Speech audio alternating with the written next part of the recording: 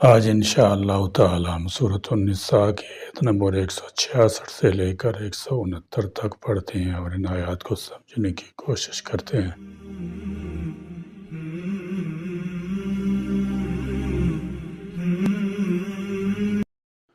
اعوذ باللہ من الشیطان الرجیم، بسم اللہ الرحمن الرحیم۔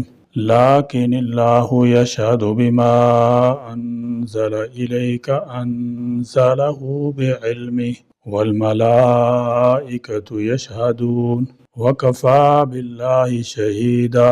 ان الذین کفروا وصدوا عن سبیل اللہ قد ضلوا ضلالا بعیدا۔ ان الذين كفروا وظلموا لم يكن الله ليغفر لهم ولا ليهديهم طريقا إلا طريق جهنم خالدين فيها أبدا وكان ذلك على الله يسيرا۔ لیکن اللہ یشہد گواہی دیتا ہے بما اس کی جو انزلہ اس نے نازل کیا الیکا آپ کی طرف، انزلہ کہ نازل کیا اس کو بعلمہ اپنے علم کے ساتھ، والملائکۃ اور فرشتے بھی یشہدون گواہی دیتے ہیں، وکفی اور کافی ہے۔ فرمایا والملائکۃ یشہدون، اللہ کے فرشتے بھی اس کی حقانیت کی گواہی دیتے ہیں۔ یہ اللہ تعالیٰ کی وہ مقدس مخلوق ہے جس کی تعداد خود اللہ تعالیٰ جل شانہ ہی جانتا ہے، جیسے کہ دوسری جگہ موجود ہے قل ای شیء اکبر شہادہ قل اللہ شہید بینی و بینکم۔ سب سے بڑی گواہی تو خدا تعالیٰ کی ہے، خدا تعالیٰ شہادت دیتا ہے کہ یہ سچی کتاب ہے۔ توحید کے بارے میں بھی اللہ تعالیٰ کی گواہی کا ذکر آتا ہے، یعنی اللہ اور اس کے فرشتے اور انصاف پر قائم رہنے والے صاحب عقل لوگ بھی گواہی دیں گے کہ اللہ کا کوئی شریک نہیں۔ اس طرح قرآن پاک کے بارے میں بھی اللہ تعالیٰ کی گواہی اللہ تعالیٰ نے اپنی یہ آخری کتاب اپنے آخری نبی پر اپنے علم سے اتاری۔ اس کے علوم، معارف اور حقائق کا ذخیرہ اتنا وسیع ہے کہ بڑے سے بڑا انسان بھی اس کی کسی چیز پر حاوی نہیں ہو سکتا، بلکہ یوں کہیں کہ پروردگار میرے علم میں اضافہ فرما۔ باللہ اللہ شہیداً گواہ۔ اس آیت سے معلوم ہوا کہ یہ قرآن علم الہی کا مخزن ہے، وہ کے ذریعے انسان کو ایسی باتوں کا علم ہوا جنہیں معلوم کرنے کا اس کے پاس کوئی ذریعہ نہ تھا، مثلا دشمنوں کی سازشوں کی بروقت اطلاع، مسلمانوں کی بروقت امداد، آگامی پس منظر مقام الہی کا فوری نزول، مستقبل کے متعلق بہت سی پیشن گوئیاں جو قرآن کریم میں مذکور ہیں، مثلا روم کا ایران پر غلبہ، دین اسلام کی تمام ادیان پر سربلندی، قیامت سے پہلے اور ما بعد کے حالات، نشر و حشر اور جنت دوزخ سے متعلق معلومات وغیرہ۔ اور اسی وحی الہی کا دوسرا پہلو یہ ہے کہ ایک مبتدی اور ایک منتہی دونوں ہی قرآن سے اپنی اپنی استطاعت کے مطابق فیض یاب ہوتے ہیں۔ تیسرا پہلو یہ ہے کہ جوں انسان آیات الہی میں غور کرتا ہے، نئے نئے حقائق اس کے سامنے آنے لگتے ہیں، اور یہ سب باتیں اس بات پر دلالت کرتی ہیں کہ قرآن کو اللہ تعالیٰ جل شانہ نے اپنے علم سے نازل فرمایا۔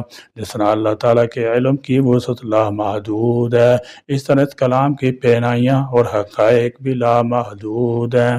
ان بے شک الذین وہ لوگ جنہوں نے کفر کیا، وصدوا اور لوگوں کو روکا، یعنی جس نے اللہ کی آیات کا انکار کیا، اس نے اللہ کے علم کا بھی انکار کر دیا اور اس کی گواہی کا بھی پھر صرف خود ہی انکار نہ کیا بلکہ اس کی راہ میں روڑے بھی اٹکاتا رہا، اور جو لوگ ایمان والے تھے ان کے دلوں میں شکوک و شبہات پیدا کر کے ان کو راہ راست سے روکتا رہا، یقین وہ بہت بڑی گمراہی میں پڑ گیا۔ ایسے لوگوں کے جرائم ناقابل معافی ہیں، اور گمراہی اور جہنم کے علاوہ انہیں کوئی اور راہ سوجھ بجتی ہی نہیں۔ فرمایا ان الذین کفروا، جن لوگوں نے کفر کیا، اور کفر کا معنی انکار ہے، جو کہ بدترین چیز ہے، جس نے اللہ تعالیٰ کی وحدانیت، اس کی کتاب، اس کے ملائکہ، اس کے انبیاء، اس کی صفت یا قیامت کا انکار کر دیا۔ اس سے مراد یہودی ہیں جو صاف کہتے ہیں کہ ہم نبی آخر زمان کو نہیں پہچانتے۔ وہ آخری نبی اور آخری شریعت کا نہ صرف خود انکار کرتے ہیں بلکہ وَصَدُّوا عَن سَبِيلِ اللَّهِ، دوسروں کو بھی اللہ کے راستے سے روکتے ہیں، مختلف قسم کی سازشیں کرتے ہیں کہ کس طرح لوگ اسلام قبول نہ کریں۔ عن سبیل اللہ، اللہ کی راہ سے، قد یقیناً ضلوا، وہ گمراہ ہو گئے، ضلالاً گمراہ، بعیداً بہت دور کے۔ یہود کی علمی ساکھ چونکہ اہل عرب کے عام وسلم تھی، اور وہ غیر یہود کو امی یا ان پڑھ یا جاہل کہا کرتے تھے، اس لیے ان کی ہر جائز ناجائز بات کو اہل عرب درخو امتناع سمجھتے تھے۔ اس علمی ساکھ سے یہود نے بہت ناجائز فائدے اٹھائے، اور جن باتوں سے وہ لوگ شکوک و شبہات میں مبتلا کرتے تھے ان کا ذکر اکثر مقامات پر گزر چکا ہے۔ بعد وقت خود علماء یہود کو یہ الجھن پیش آ جاتی تھی، اور وہ خود بھی یہ تمیز نہ کر سکتے تھے کہ ان میں سے کون سا اور کتنا مضموم الہامی ہے اور کتنا الحاقی ہے۔ پھر اس میں علماء یہود حسب منشا ضرور تحریف بھی کر ڈالتے تھے، لیکن ان سب باتوں کے باوجود وہ یہ سمجھتے تھے کہ جو تورات ان کے پاس موجود ہے وہ نہ قابل تغیر نہ قابل تنسیخ ہے، اور یہی بات وہ دوسروں کو ذہن نشین کرا کر انہیں اسلام لانے سے روکتے تھے۔ اور دوسرا ان کا ذہن باطل یہ تھا کہ آنے والا نبی آخر الزمان انہی بنی اسرائیل میں سے آئے گا، حالانکہ اس کا ان کے پاس کوئی علمی ثبوت موجود نہ تھا۔ پھر جب وہ بنی اسماعیل میں مبعوث ہو گیا تو ایک تو حسد کے مارے اس کا انکار کر دیا اور کہا کہ ہم اہل علم ہو کر امیوں کے نبی پر کیسے ایمان لا سکتے ہیں۔ دوسرے اسی بنیاد پر وہ دوسرے لوگوں کو اسلام لانے سے روکتے تھے اور کہتے تھے کہ چونکہ یہ نبی علمی خاندان یعنی بنی اسرائیل سے تعلق نہیں رکھتا، لہٰذا یہ سچا نبی نہیں ہو سکتا۔ اس آیت کریمہ میں یہودیوں کی طرف اشارہ ہے کہ وہ خود بھی گمراہ ہیں اور دوسروں کو بھی قبولیت تک سے روکتے ہیں، مگر آج جب ہم اپنے گرد و پیش پر نظر ڈالتے ہیں تو محسوس ہوتا ہے کہ آج خود مسلمان اسلام کے راستے میں سب سے بڑا پتھر ہیں۔ انگریز نو مسلم محمد بکھتال نے مدارس میں اپنی تقریر کے دوران کہا تھا کہ میرا دنیا بھر کا مشاہدہ ہے کہ خود مسلمان اسلام کے راستے کا سنگ گراں ہیں۔ ظاہر ہے کہ اگر مسلمان توحید کی بجائے شرک اور سنت کی بجائے بدعت پر عمل پیرا ہوں گے، کفر کے شعار کو اپنائیں گے تو لوگ اسلام سے متنفر نہیں ہوں گے تو کیا ہوگا؟ مسلمان کے لیے تو لازم تھا کہ وہ اسلام کی حفاظت کرتا۔ جاپان کے ایک نام مسلم پروفیسر شام سے دریافت کیا گیا کہ تمہارے اسلام لانے کی کیا وجہ ہے، تو کہنے لگا میں مسلمانوں کے کردار کو دیکھ کر مسلمان نہیں ہوا بلکہ خوش قسمتی سے مجھے قرآن پاک کا نسخہ میسر آ گیا جس سے پڑھ کر مجھے یقین آ گیا کہ اسلام ایک سچا مذہب ہے۔ البتہ مسلمان خود جھوٹے ہیں۔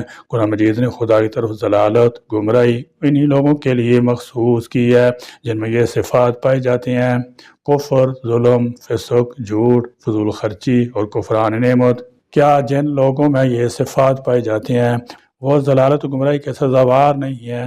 بالفاظ دیگر جو لوگ ان برائیوں کے مرتکب ہوتے ہیں کیا ان کے دلوں پر ظلم و تاریکی اثر نہیں کرتی؟ صاف شفاف الفاظ میں یوں کہیں کہ اس طرح کے اعمال و صفات کچھ خاص اثر رکھتی ہیں جو آخرکار انسان میں مؤثر ہوتے ہیں اور اس کی عقل، آنکھ اور کان پر پردہ ڈال دیتے ہیں، اس کو ضلالت و گمراہی کی طرف کھینچتے ہیں۔ اور چونکہ تمام چیزوں کی خاصیت اور تمام اسباب کے اثرات خدا کے حکم سے ہیں، لہذا ضلالت و گمراہی کو ان تمام موارد کی خدا کی طرف نسبت دی جا سکتی ہے، لیکن یہ نسبت خود انسان کی ارادہ و اختیار کی وجہ سے ہے۔ یہ سب کچھ ضلالت و گمراہی کے سلسلے میں تھا۔ ادھر ہدایت کے سلسلے میں بھی قرآن کریم نے کچھ شرائط اور اوصاف بیان کی ہیں جن سے پتہ چلتا ہے کہ یہ بھی بغیر کسی علت اور حکمت الہی کے خلاف نہیں ہے۔ جب تک بندوں کی طرف سے توبہ استغفار نہ ہو، خدا کے حکم کی پیروی نہ ہو، نہیں جب تک خدا کی راہ میں جہاد کوشش نہ ہو، اور جب تک خدا کی راہ میں قدم نہ بڑھائے جائیں تو لطف الہی ان کے شامل حال نہیں ہوگا اور ان کی مدد نہیں ہوگی، نیز وہ منزل مقصود تک نہیں پہنچ سکتے۔ اور کیا انہیں ہدایت کے لیے مجبور کیا گیا ہے؟ قرآن مجید کی آیات بہت واضح ہیں، لیکن جن لوگوں نے ہدایت گمراہی کے سلسلے میں بیان ہونے والی آیات کو صحیح طریقے سے نہیں سمجھا یا سمجھنے کی کوشش بھی نہیں کی تو ایسے لوگ اس خطرناک غلطی کا شکار ہوئے ہیں۔ بہرحال ان کے لیے یہی کہا جائے گا کہ ان لوگوں نے ضلالت گمراہی کا راستہ خود ہی ہموار کیا ہے۔ ان بے شک الذین وہ لوگ جنہوں نے کفر کیا وظلموا اور ظلم کیا، لم یکن نہیں ہے اللہ لیغفر کے بخش دے لہم ان کو، ولا اور نہ لیہدیہم ایسا ہے کہ ہدایت دے ان کو طریقہ سیدھے رستے کی۔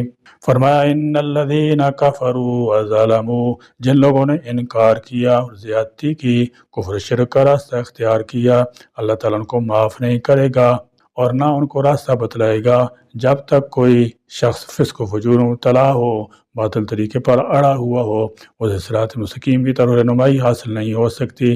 یہاں پر اللہ تعالیٰ جل شان نے پوری بنی نوع کو خطاب کیا ہے، خواہ اس کا تعلق کسی مذہب اور عقیدے سے ہو۔ ارشاد ہوتا ہے اے لوگو تمہارے پاس اللہ کا رسول حق بات لے کر آ گیا ہے تمہارے رب کی طرف سے، پس ایمان لے آؤ کسی میں تمہاری بھلائی ہے۔ اللہ کا آخری رسول تمہارے پاس اللہ کا آخری پیغام قرآن پاک لے کر آیا ہے جو تمہاری فلاح کا حتمی پروگرام ہے۔ اگر اس پروگرام پر عمل پیرا ہو جاؤ گے تو دنیا میں بھی کامیابی نصیب ہوگی اور آخرت کی فلاح تو بہرحال تمہارے مقدر میں ہے۔ مولانا شیخ الہند رحمۃ اللہ تعالی فرماتے ہیں کہ اس سے صاف ظاہر ہے کہ پیغمبر علیہ الصلوۃ والسلام پر نازل ہونے والی چیز کا ماننا فرض ہے اور اس کا انکار کفر ہے۔ الا طریقہ مگر راہ جہنم کی خالدین ہمیشہ رہیں گے فیہا اس میں ابداً ابد تک، وکانا اور ہے ذالک یہ اللہ پر یسیرا بہت آسان۔ فرمایا اللہ طریقہ جہنم سے تو جہنم کا راستہ ہی میسر آئے گا۔ یہاں بھی یہودیوں کا بیان ہے کہ انہوں نے اللہ عز و جل کے ساتھ کفر اور کتاب الہی یعنی تورات موجود سرکار دو عالم صلی اللہ تعالی وسلم کے اوصاف بدل کر اور آپ صلی اللہ تعالی وسلم کی نبوت کا انکار کر کے ظلم کیا، تو ایسے لوگ جب تک اپنے کفر پر قائم رہیں گے، کفر پر مریں گے، ان کی بخشش کی کوئی گنجائش نہیں اور نہ انہیں کسی صحیح راہ کی ہدایت ملے گی۔ البتہ جہنم کا راستہ ان کے لیے ضرور کھلا ہوا ہے اور وہ بالکل واضح ہوگا۔ الغرض اللہ تعالیٰ کے ساتھ کفر کرنے اور لوگوں کو حق سے روکنے والے گمراہ ہیں۔ نمبر 2 ظلم اور کفر کرنے والوں کو اللہ معاف نہیں فرمائے گا۔ نمبر 3 کافروں کے لیے جہنم کا دائمی عذاب ہے۔ نمبر 4 اللہ تعالیٰ کے لیے کفار کو عذاب دینا مشکل نہیں۔ کبھی انسان راستہ معلوم کرنے والے کو اپنی تمام دقت اور لطف و کرم کے ساتھ راستہ کا پتہ بتاتا ہے، لیکن راستہ طے کرنا اور منزل مقصود تک پہنچنا خود انسان کا کام ہوتا ہے، اور کبھی انسان راستہ معلوم کرنے والے کا ہاتھ پکڑتا ہے اور راستہ کی رہنمائی کے ساتھ ساتھ اس کو منزل مقصود تک پہنچا دیتا ہے۔